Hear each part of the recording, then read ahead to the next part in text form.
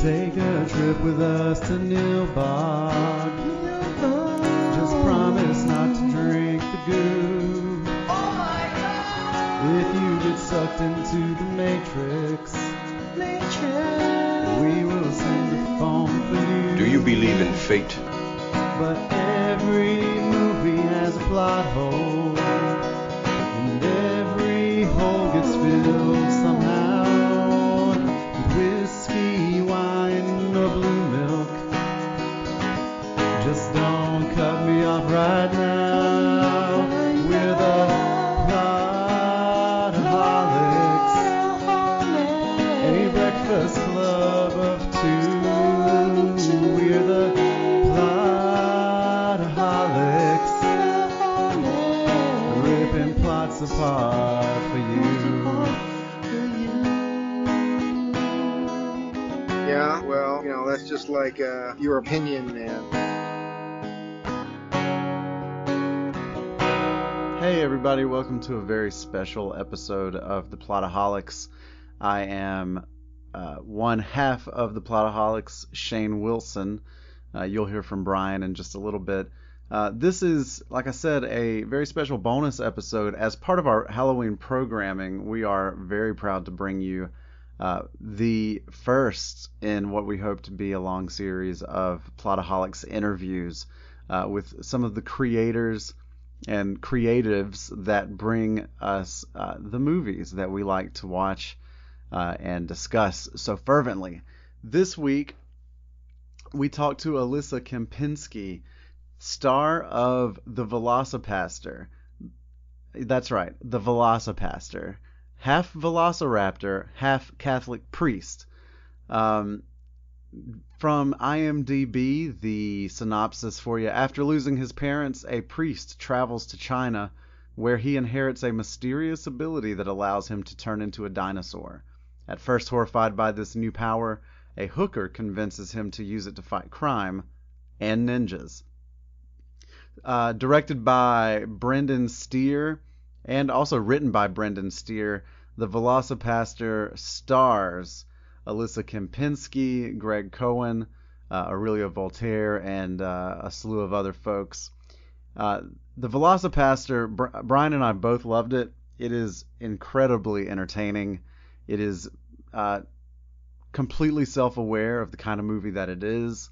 And to that end, it is ideal for one of those, midnight movie marathons, and it is absolutely perfect for this time of the year. I don't want to take any more time away from the interview, so it is, without further ado, it is my pleasure to introduce you all to Alyssa Kempinski. All right, Bryan, a big day here on the Plotaholics. The big dude. This is there have been Shane. I know big days. Okay, I have had big days. I've gone to Renaissance fairs and walked around. I took a picture with Gandalf the Grey, but this, Shane, is an epic day.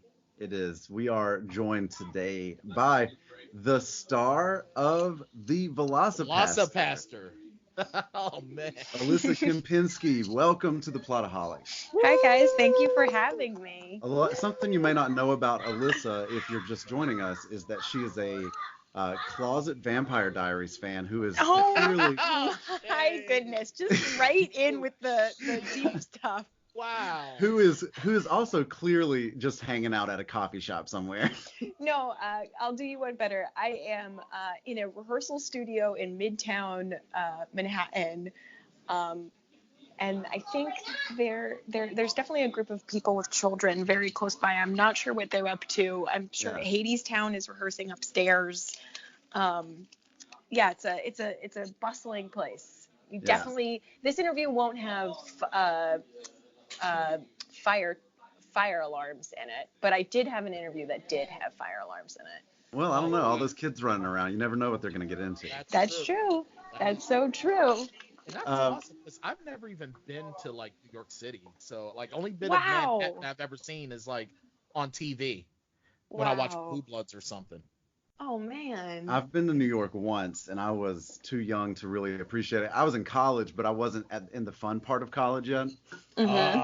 I was Oh, like I kind of got 18, you. and This is yeah, back when and Shane's mom was still writing his name on his underwear for him, like he was right, gonna Oh, get up there. yeah. Shane. Well, you don't want to lose them when you go on overnight trips. Yeah, I get it. I guess, man. I mean, if I mean, my Well, I mom just hasn't. want to, I'm not to brag, but I came home with all of my underwear from that trip. So, Good for you, Wow. man. Way to stand up for yourself. My mother stopped writing my name on my underwear when I was 27. Oh my gosh. Right um, after one year after you lost the health insurance. Because I Exactly. can provide well, you with and so much. Alyssa, when Exactly. did your mom stop writing your name on your underwear? She's still doing it. Still doing it. That checks See, I out. mean, that just means your mom still cares. That's right. My mom just told me don't get arrested because I'm not bailing you out. Oh Yeah. my gosh. Yeah, my dad tells me all the time. He's like, I don't have any property up there, so you're on your own. I love it. So Um, I have to say for one, I had seen Velocipastor going through Amazon Prime, like a little while ago, and Uh-huh. I put it in my watch list because I was like, this seems interesting because the I love movies like that. I love those movies that like back in the day you would see late night on HBO or the movie channel or whatever, but I never Yeah. got around to it until Shane told me to watch it. So I start watching it and I'm like, oh my God. This is so. This is definitely one of those movies where it's like everything about it, even if you want to say, wow, what the hell? It's like you're so captivated that you're just sucked in. And it's like, I'm a kid in Blockbuster just finding that gem on the rack that like you wouldn't even know to look for. Like, I Wow. just have to get that out. Oh, thank you. It means a lot. I mean, we all believed in this movie from the very beginning. But as you may have heard through, or if you're following us at all, we've talked about this, but we tried to get it funded on like crowdfunding maybe 3 or 4 times. I don't remember the exact details, and we never were successful. We tried for like a really long time to get it funded, but we believed in this movie and we were hoping that people would feel the same well, and way. it's crazy that it didn't take off on a Kickstarter sort of level because a lot of movies get made like that, Yeah, for especially sure. like I don't know that you've ever seen Samurai Cop, but they made the sequel completely crowdfunded. Oh, wow. And I think that if moving forward, if Brendan wanted to approach the sequel in that way, he'd probably have better luck. But I read somewhere that he's not even really interested in that crowdfunding thing. And well, Yeah, I yeah, read that as well. I mean, crowdfunding is just a weird, uncomfortable journey for a lot of us where we want to make our own work, but it costs a lot of money to put something up. And so then you have to ask friends and colleagues, and especially when your community is a bunch of people who are all kind of doing the same thing. Like I get an email almost every day about someone crowdfunding something, and so it's kind of an uncomfortable thing to be asking people for money. But that being said, I do think we would have more luck for the Velocipastor 2 if we were seeking that. Oh, But absolutely. I think, I mean, it is in the process of being written. I'm not going to Um, give anything away. well, Oh, I actually had.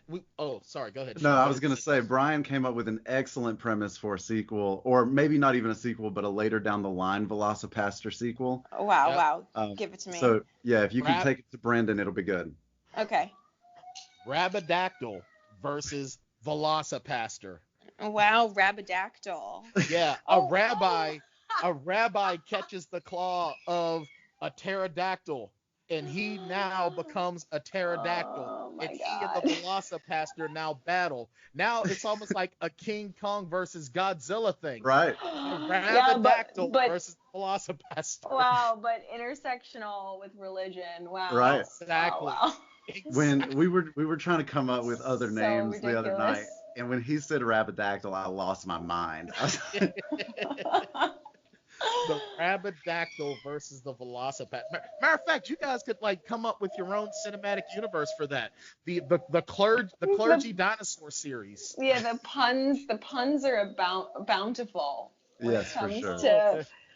wow, really, really Oh, great. Thank man. you. I will definitely pass Rabidactyl along.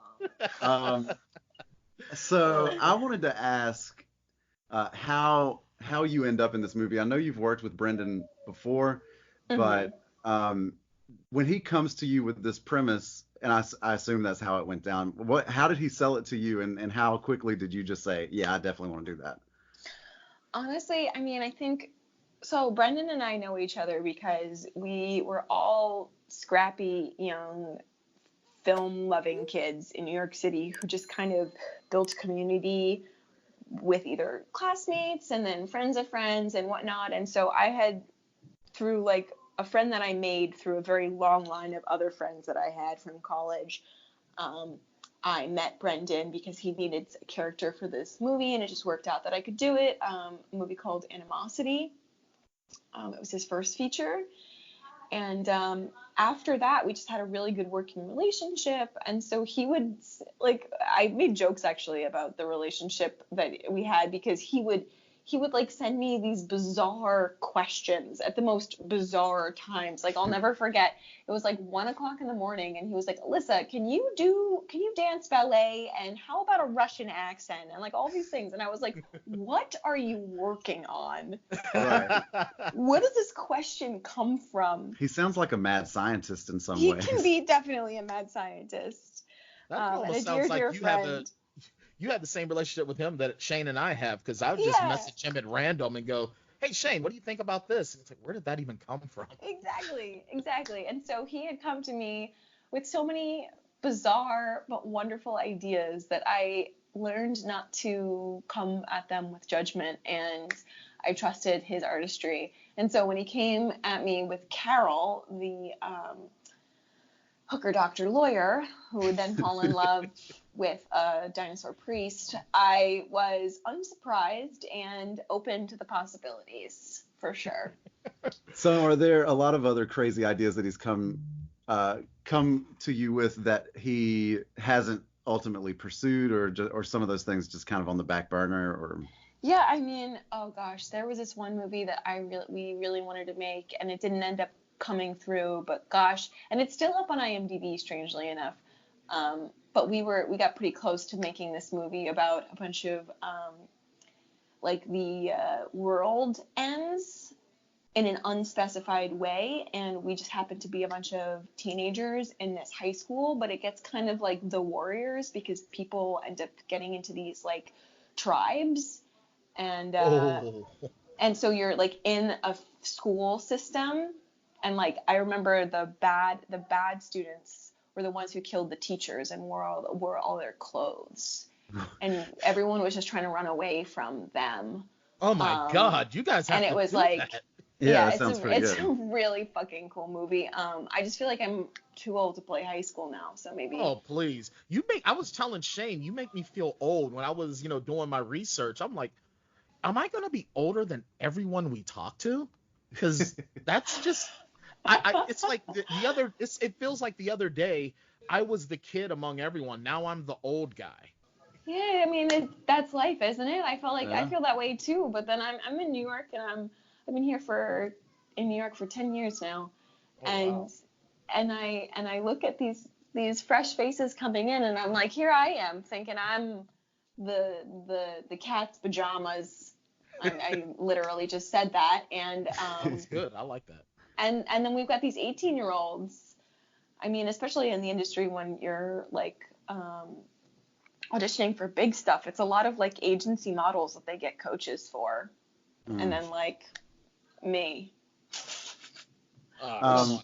All I know is this: for a film that, and I don't want to, seem, rude when I say, but for a film that is like I would seriously rank Velocipastor along with among my favorite B movies of all time, and I mean that's Wow. up there with Toxic Avenger, the first one. Oh, wow, wow, wow. The Thank other you. ones I just wasn't into, but I would definitely put Velocipastor in there. And then, for a lot of the times when you're reading a script and, sometimes dialogue will sort of make you like raise an eyebrow. I mean, I have to say, you did a lot with, the dialogue that was given. I mean, the writing was really well done, which is something in B films that doesn't happen. But Thank you. Yeah. but when you get some of these lines that, maybe might make you roll your eyes, or you're like, I don't think anyone would talk like that. Hmm. How do you make it work? Like, do you talk to the director and talk about ad-libbing? Do you just change it, or do you just go with it and make it work?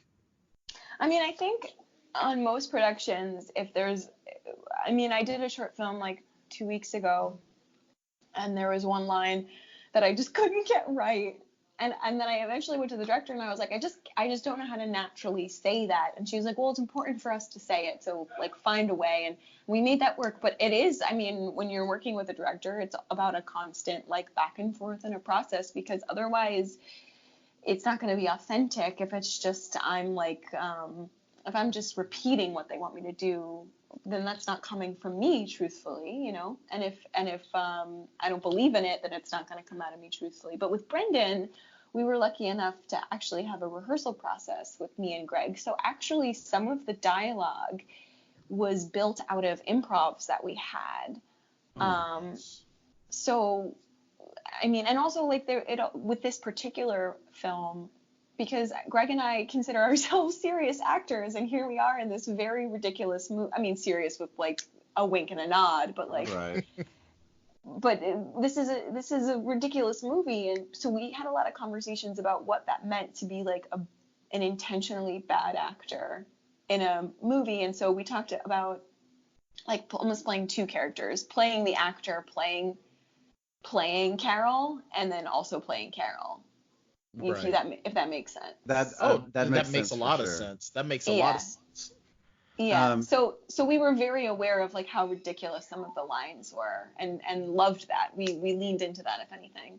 The thing that I think really works for me in this movie is how much everybody is in on the joke. Yes. And how much Yes. everybody leans into it, and how little time the movie wastes letting the audience in on the joke too, with that with the car thing, the burning car. That is what drew me into. Oh, it's definitely like a polarizing moment. Like you're either gonna love the movie from that moment on, or you're not. I had a screen. My brother lives in Philadelphia, and so they were having a little screening in a church in Philadelphia, and my parents came, and it was really fun. But right before we're like driving up to the theater, I get a phone call from the guy putting up the screening, and he's like, do you have a copy of the film? It seems they sent me, I was just playing the first few minutes in order to like make sure that I have the right film, and I think that they sent me the wrong version. And I was like, no, that's exactly too the right good. version. I kept waiting for another one of those moments eventually, but it never comes. No. I would love that. But at the same time, it immediately, you're right. In the first 3 minutes, if you're watching this movie, you're like, oh, this is the kind of ride that I'm on. Okay, Yeah. And you watch a movie called Velocipastor, and you think that okay, it's gonna be. One of the interviews that I read with Brendan talked about how some people might have the tendency to lump it in with something like Sharknado. Mm-hmm. Which is not fair. Right, which is not fair. Like, Yeah. but that hybrid name, sort of sci-fi special, Sure. But when you're watching it, it's so clear that this is not a cynical kind of movie. It has a really sort of pure heart at it, in there. But also, it's just we're all here just to have a good time. Right. Absolutely. And I absolutely had a good time. Oh, I'm so glad. Yeah, I think we had an amazing time making it, and of course we all believed in it, but I don't think ever anticipated coming out the other side, 4 years later, with the acclaim that we've gotten through the film. What's weird to me is that there's so many times when a movie Bryan and I were talking about this week. When we were doing the podcast we were doing an episode on Bad Boys, the Will Smith Martin Lawrence movie. Mm-hmm. And I talked about how some movies have all the right pieces, but they don't quite know what to do with them. And Velocipastor had all the right pieces for this really great midnight sort of grindhouse throwback movie. Mm-hmm. And I know it started as a trailer, like a faux grindhouse trailer, on YouTube. And I'm like, I could have totally seen this movie as a companion piece to the like Tarantino, Richard Rodriguez grindhouse films. Yes, That absolutely. was actually a lot of inspiration for Brendan. We talked about that. We talked about Black Dynamite. We Yeah. talked Great about movie. Great movie. it's such a good movie, such a good movie. But I think like a big priority was just coming at this with like the most fun and the most love also for what we were making fun of. Like as much as it was full of cheap jokes, they were all very intentional, if that Yeah. makes sense. Yeah. Well, and and it's hard to do that and do it well because you see a lot of these movies, and since it was brought up like that movie Bad Boys, yeah, it's a 24-year-old film now, but it tried to do intentional jokes and they fell flat. But here you guys are doing it with like a budget that's like nowhere near that, and you're just firing on all cylinders and not stopping. I mean, wow. Thank and a you. wink and a nod. And I think that so many movies like this have a really cool and funny premise, like Velocipastor, or even Sharknado is kind of a funny, cool premise, but the execution on the other side of that idea doesn't always click together Yeah. like it does here. Wow, thank you. Yeah. And it's a weird thing, and I'm wondering if you can speak to this a little bit, because it's the kind of joke that isn't for everybody, right? For sure. A lot of audiences won't, quote unquote, get it. So how do you sell this movie to somebody that hasn't seen it, and that thinks Velocipastor sounds ridiculous? Well, I mean, I think it's just acknowledging the reality, which it is ridiculous. Right. You're not going to watch a silly movie. You're not going to watch a serious movie. It's a ridiculous movie. But there's so much heartfelt truth in the movie. Mhm. Like, we talked about how wonderful it would be to have the most ridiculous movie ever with an actual, like, sweet love story in it. Right. And how that was important to be real for us. And so I think it's such, like, it covers so many bases, and of course it's ridiculous, but we're well aware of that. So if you're willing to like open up your spirit to come on the ride with us, like there's at least going to be something for you. I mean, I brought my manager, who is a hilarious guy. And he's just very serious and like in the business and all that stuff. And I was like, hey, do you want to come see my dinosaur movie? And he's like, oh God, this is so not my thing. But at the same time, like, he had fun, and Yeah. I think it opened him up. Like, he definitely laughed, and I was like, you know what? Like, I'm not crazy. There's something in it for everyone. Now, should I read this movie as Greg, Doug Jones, is a Christ figure and you're like a Mary Magdalene archetype? Oh, wow. Wow.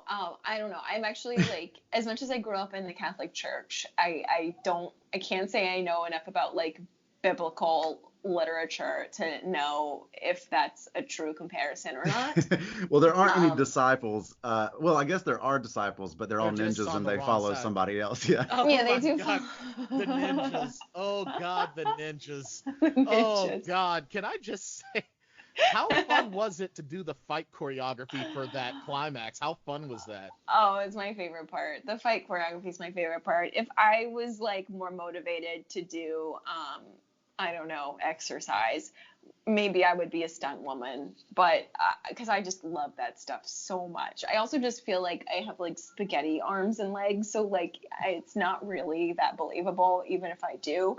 But I really like to try, so it was so fun. That was some of the best stuff that we did, for sure. You looked like you were having the time of your life doing. Oh, thank you. Oh my goodness. I have to say though, it was very funny to go from, I'm a man of the cloth to now I'm a leather jacket wearing badass. All right. That was so I mean, great. it's just leading into some of the most ridiculous cliches, you know, just like a priest and a prostitute fall in love. What the heck? It's just so cliche. That's Yeah. a great setup to a joke. So a priest and a prostitute fall in love one day. Yeah, It that's just what it leads is. into something and we got Velocipastor. We got Right. Velocipastor. I But what hear. I also love about Carol being the prostitute in this situation is, and about the film itself is like, it's not gratuitous sex. You never see her do anything like Right. in regards to being a prostitute. It's just what we say about her. So we have our point of view about that based off of what we're telling you she does. Yeah. But I we don't actually thought. actually see it. No, the most prostitute she does is stand outside and smoke a cigarette. Yep, I actually and thought it talk was to a Frankie really. Mermaid. Yeah, I want to talk Frankie about Frankie Mermaid. Mermaid, but I thought Oh it was an my interesting God. choice I'm, to. I'm changing my name to Bryan Mermaid. And when someone goes, why? I'm like, because I'm swimming bitch. And then I'm going to get hit by my fiance. So I guess I probably won't do that. No. I wanted to say that I thought it was an interesting choice for this midnight movie grindhouse type of film to not show any nudity or gratuitous sex, because that's one of the hallmarks of that genre. For Um, sure. For and- sure. But that's what made this movie special. I Yeah. think so. I mean, it's for all audiences, with the exception of like the blood, which is, I would say, intentionally ridiculous. Mhm. But for a little kid, I imagine it would be scary. Like, that kind of stuff was scary for me as a kid. I'm still, honestly, for someone who's been in as many horror movies as I have, terrified of horror movies, in fact. But I feel like I think that was a really important choice that I don't even know if we made it on purpose or if it was accidental, but yeah, it was important for us. Who was the bigger challenge to interact with? Was it Frankie Mermaid or was it the dinosaur suit? I don't think I actually had that much interaction with the dinosaur suit oh, you know what I did? It was always so funny and ridiculous. Who's in the suit? Well, oh God, the suit stories. Yes. For the Thank most you, part, Shane. for the most part, the suit ended up being Brendan's brother, Mhm. who is also in our lighting department. It's a family affair, Yeah. for sure. But we hired a suit guy, a dinosaur guy, on Craigslist. But that turned out almost exactly as you imagine it would, because someone replied to a listing on Craigslist who wanted to be in a dinosaur suit. So we ended up actually firing him before he got into the dinosaur suit, because because the set was so, like, everyone got along well together, so well. Like, it was such an easy and fun time. We really became a family during that production. And as soon as dinosaur suit guy was there, everyone was uncomfortable. We're like, this guy needs to go. Who is he? Imagine training your whole life to wear a dinosaur suit in a movie, and finally an ad pops up on Craigslist, and you're like, Wow. it's my time. It's my time. It's my time, Lord. And Yeah. then it's like, yeah, we're going to have to ask you to leave. Right, you're Yep. creeping everybody out. Yeah. Well, he kept asking when he was going to be able to get into the suit. Oh, wow. So he 'Cause was I just think- a little too excited. Yeah, because that day, it was the day that we were shooting the scene where Greg is in my orange dress, which I feel like we haven't actually talked about much in interviews, but quite frankly, we were running out of costumes, and I It's think one we of the didn't funniest have... scenes in the movie, I think. It's so funny. Well, because we were talking about the reality of he had woken up naked because he molted out of his clothes or whatever. And so he's naked in my house. I had taken him home, like, to take care of him. And we were having a serious discussion. We were like, well, what would he be wearing? Like, what would he be wearing? And we also were running out of costumes at this point. And so we just went through my wardrobe, because I had worn that at an earlier montage. And we're like, yeah, this will fit. This will work. Like, a lot of the jokes came out of necessity because we just didn't have any money. Well, just the visual of him running away through the forest in that orange dress. Oh, is my wild. God. It was... I'm thinking to myself, yeah, no one's going to mistake this guy for a deer. It's Yeah, incredible. I know, right? there's so many moments where I'm like, how did they not lose it? And I'm sure you had to take a bunch of takes on us in some of these scenes. Yeah, we definitely Especially, lost it a lot of times. yeah, especially when somebody is coming at you in that dinosaur suit, or Oh my God, or I would have Greg is just. running through the forest in an orange sweater dress. The way he flails his arms, it's Yes. just Oh, like I lost nothing it. I've ever I seen. absolutely. I Can we have a seriously had. moment for like funny running? Like Yeah. funny running is a really great bit, and I think that it's on the comeback because they do it on the Yeah, Goldbergs a lot. They do it like funny running is my favorite. it's really good. Do, It's do you really good. know? Do you know if like Greg might have like watched Friday and watched how Red ran to his car after Debo took his chain? I don't know. Did You'd he? have to ask Greg yourself. Well, Yeah, I'm I'm I'm Because sure. hoping that I we get a chance to talk to Yeah, Greg yeah, and Brendan. yeah. because I got a little bit of a DJ Pooh in Friday after Tiny Lister steals his chain running to the car from that. Oh, that It's was it's a so. great scene, and I don't know how to say it another way, but it was just like a lot of fun the whole time. I wonder, you mentioned that Carol is a hooker, doctor, lawyer. Mhm. Well, in training in some of those Yeah. professions, right? Pre-med law. Yeah, yeah. I saw a post that you'd put on Instagram about how you've come to terms with playing sex workers a lot in film. Mhm. I wonder if you could speak to that a little bit, like how that has become a part of your career and how you sort of walk your way through that. Yeah. Well, I mean, I think thank you for asking this question because it's something that's important to me. But that post I felt was a little convoluted because I had so many feelings going on in that moment. I was feeling gracious for all of the success of Velocipastor, but I was having a hard time because you see, what we talked about before is like a lot of these grindhouse movies tend to have some gratuitous sex and violence.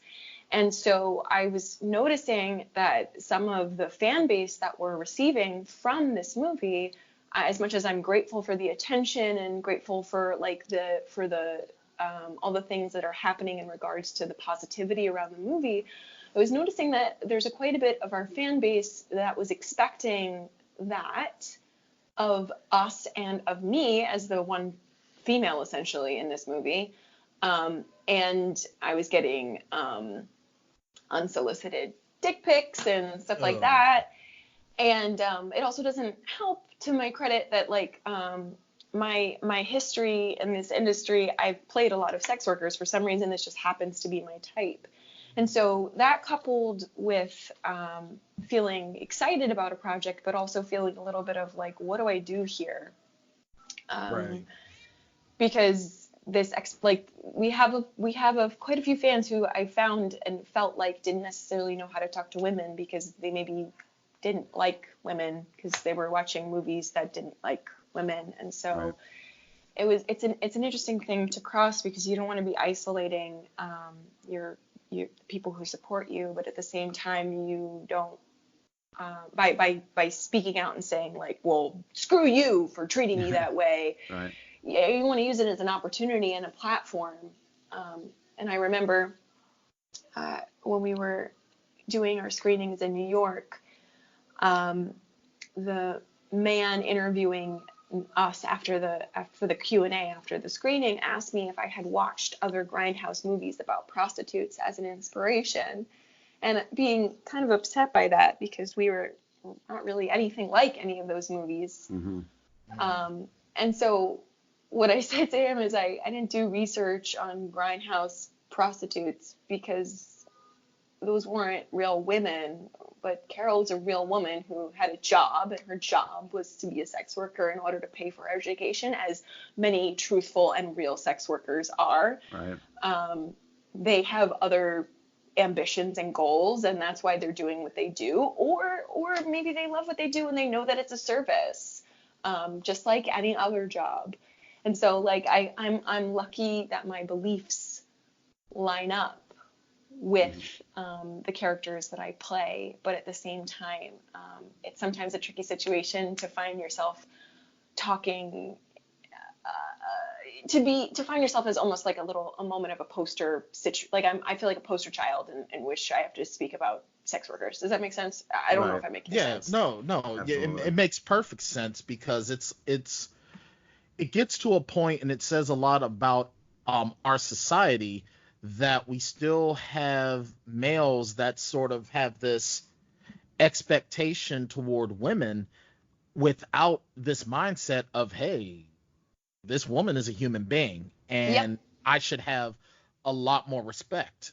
And it's almost like a lot of people, and Shane and I have talked about this, because, me being a black male, I sort of have similar, obviously completely different, because I've never been a woman, but being a minority, that people seem to feel that they can behave in a particular way because either the internet gives them the anonymity to just do what they want, or we're just a society now where we feel like we can say whatever we want without any sort of impunity.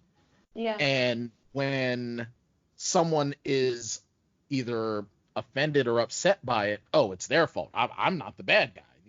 It's their fault for me. No, it's not like that. It's you got to know how to treat people. And then for you, you're an actress. You're in the public eye, and I can't even imagine, the people that have all these expectations. And it's like, well, dude, I'm a human being before I'm your expectations. So how about you give me the respect that you would expect someone to give your mother or your sister or your grandmother? Yeah, or just a woman who's a stranger, or a man. Well, because I think what I really, of course, and I think, because the reason I noticed it more than anything else is, like, I had done interviews where I'm with Greg and Brendan, and yet my name has never been said correctly the entire time. And I'm like, okay, great. Like, I know where I stand here. I know what the respect level is here. You did. I would have corrected you. Okay, good. All right, cool.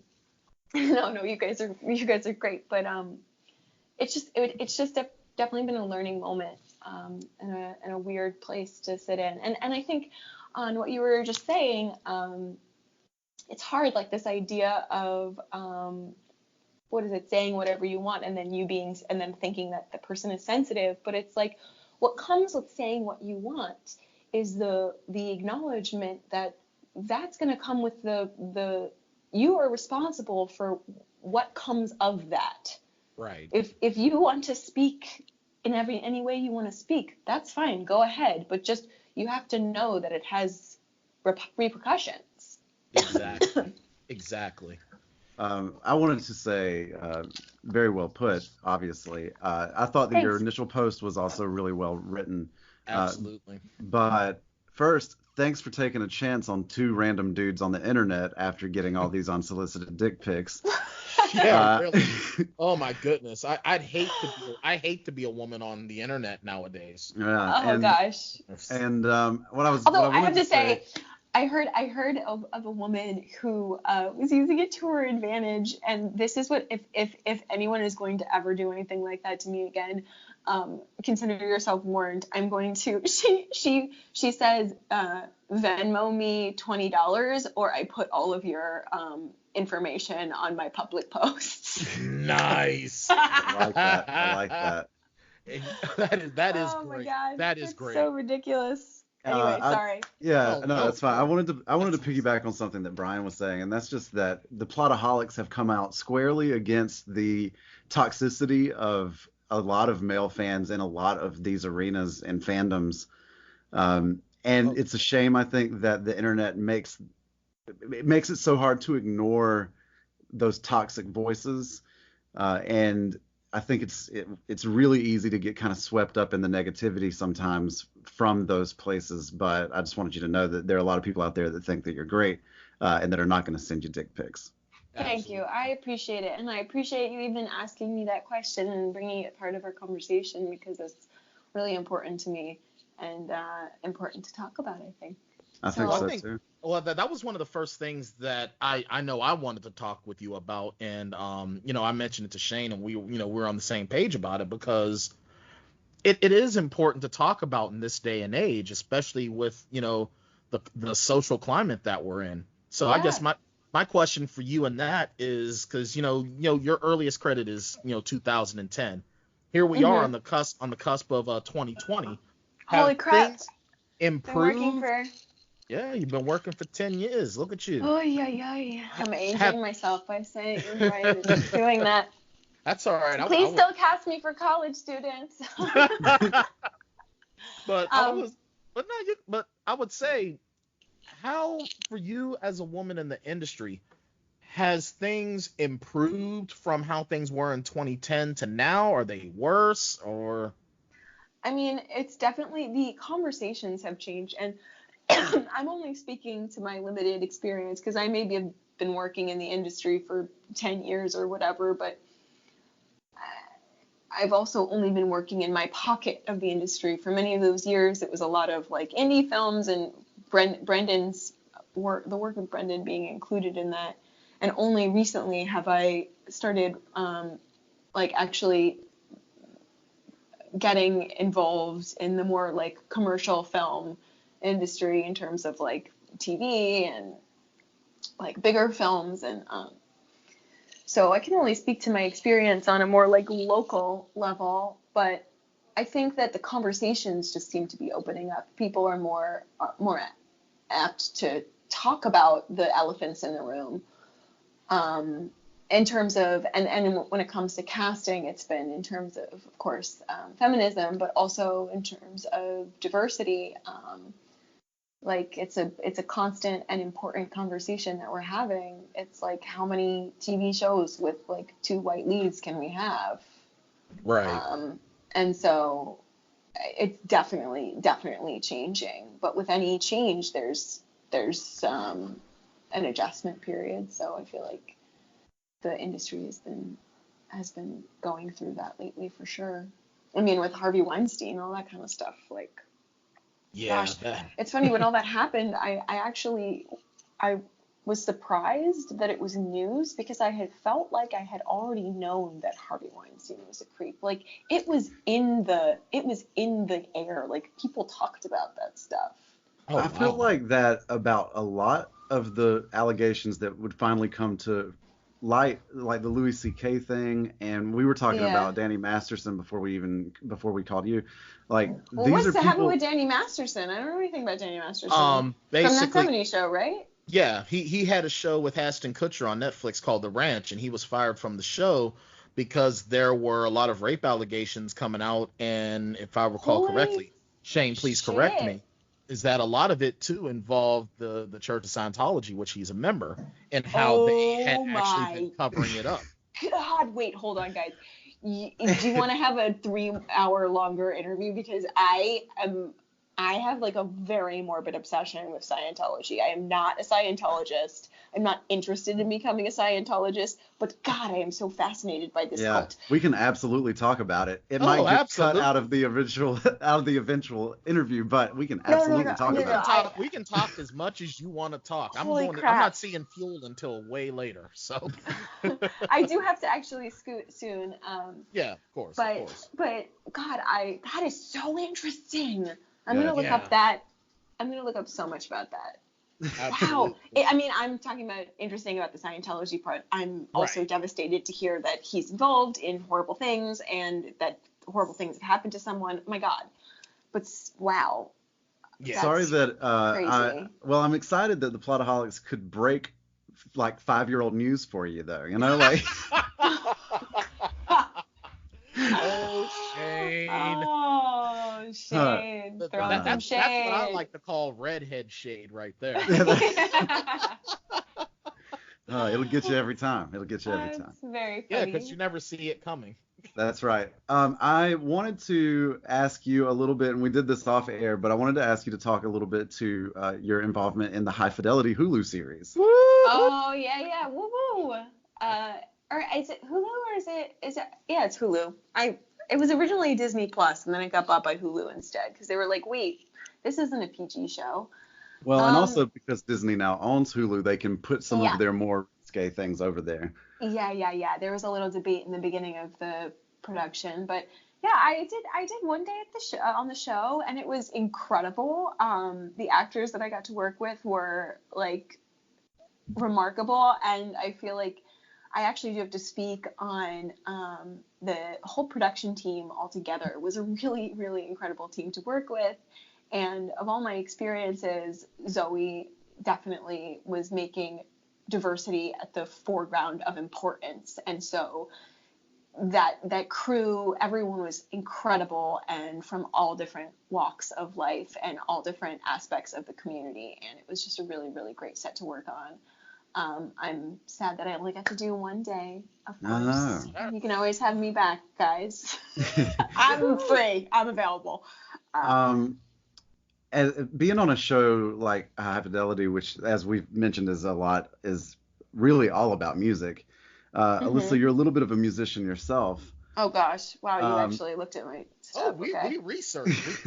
Wow. I thought it was very good music. It's right up my alley anyway. Could you talk a little bit about, because Bryan and I are both musicians and writers, and I wonder if you could talk a little bit about like the intersection of those different art forms and how they maybe inform each other. Sure. I mean, I think I'm more of like a musician hobbyist at this point. And that's me too. I mean, yeah, because I went to school initially I wanted to be a music therapist, and then I dropped out of college to come to New York and be an actor, and I don't know. I thought music is very much still like how I can't think of the right words. It's like how I translate things. Like if I'm having trouble like understanding something, if I can listen to music about it, like it makes sense to me. But like it's a really good trigger for me to like get to where I'm trying to get. Like I don't know if any of that's making any sense. Yeah, I guess so. Yeah, it's a form of, it's a tool in terms of communication that I can really works for me. But I don't really engage with music professionally anymore because I realized it wasn't my, that was too vulnerable for me, for sure. I get that, absolutely. But I like your music. It's good. Oh, yeah, thanks. I haven't had the chance to listen, but I am definitely going to be listening. Oh gosh, but I mean, I haven't written in a very, very, very long time. We're gonna share every song you've ever posted on anything. Oh wow. I'm just kidding. Yeah. I'm pretty sure there's like a drunk YouTube video of me playing like a Iron Wine song still on the internet. I love somewhere. the idea of finding that, but oh gosh. Yeah, I'll troll through YouTube and find it. If you find that, I was definitely drunk, and my dad has like high school musical theater videos on the internet. Oh, what were some of the things you did in high school? I did West Side Story. Oh, wow. I did Evita. My high school chose the weirdest shows. We did Titanic, the musical. Wow. Why? Oh, wow. Anyone would do that. Pretty much an all-white high school did Evita, which is upsetting. Wow. And then what else did we do? Anything Goes. We did Anything Goes. Yeah, you went to a high school with a pretty big chip on its shoulder over its musical theater department. I have to say, though, we were a very competitive musical theater department. In the state of New Jersey, our high school was highly rated for our musical theater. So Thank you very much. Go Cougars. There you go. Shout out. I know that, Alyssa, you got to skip out of here, but I wanted to give you an opportunity to tell everybody where to go find you and find out more about your work. Oh, amazing. Yeah, I'm not really, despite us having found each other on Twitter, I am not a Twitter person. I still don't know how it works, but I managed to figure it out enough in order to communicate with you guys. So I'm grateful for that. And I'm so glad that you did. Yeah. But you can find me on Instagram as Monalissa Smiles. It's MONALYSSA. Smiles. And if you like angry feminist memes and pictures of my face, I am, IMDb and my website, which is my name, AlyssaKempinski.com. Awesome. Well, thank you so much, Alyssa, for talking to us for a little bit. It was a real pleasure. The pleasure was mine. You guys were wonderful. I really enjoyed chatting with you, and I'm glad that we were able to reach each other after, and that this such weird movie brought us together. Take a trip with us to Nilbog. Just promise not to drink the goo. If you get sucked into the Matrix, we will send a phone for you. Do you believe in fate? Sometimes Sometimes the end game is the perfect place to start. We're in the end game now. And other times you want to pretend the prequels were never a real thing. Let's just pod race to the end. It's working! Every movie has a plot hole, and every hole gets filled somehow. Whiskey, wine, or blue milk. Just don't cut me off right now. We're the Plotaholics, a breakfast club or two. We are the Plotaholics, ripping plots apart for you. Shane and Bryan are an island, two real-life misfit toys, wanting to be a RoboCop. Thank you for your cooperation. Settling for Black Circle boys, and just like Dr. Hammond, extracting amber from wood. And later there's running and A screaming. little too busy asking if we could, and never asking if we should. But every movie has a plot hole, and every hole gets filled somehow with whiskey, wine, or blue milk.